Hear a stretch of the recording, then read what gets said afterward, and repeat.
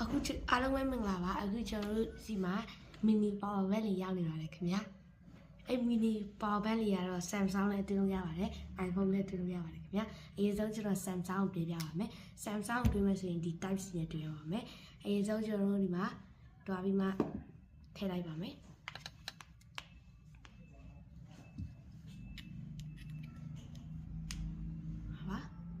Samsung နဲ့အဝင်ပါတယ်အဲ့ဒါကျွန်တော်တို့ iPhone ကိုတွင်းကြည့်ပါမယ်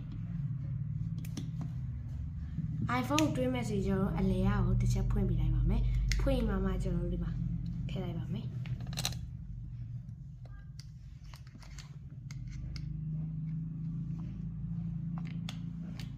iPhone မှာဘာအားတာတော့လဲဆိုကျွန်တော်တို့ဒီကောင်ကို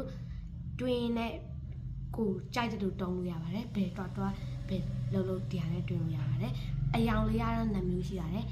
အဖြူရောင်လေးရဲ့အပန်းရောင်လေးရဲ့ရှိပါတယ်ဈေးကတော့9000အောက်လေးနဲ့ရပါပဲဝယ်ချင်တော့ MMC Computer Training Center မှာလာပြီးလို့ရပါတယ်ခင်ဗျာကျေးဇူးတင်ပါတယ်ခင်ဗျာ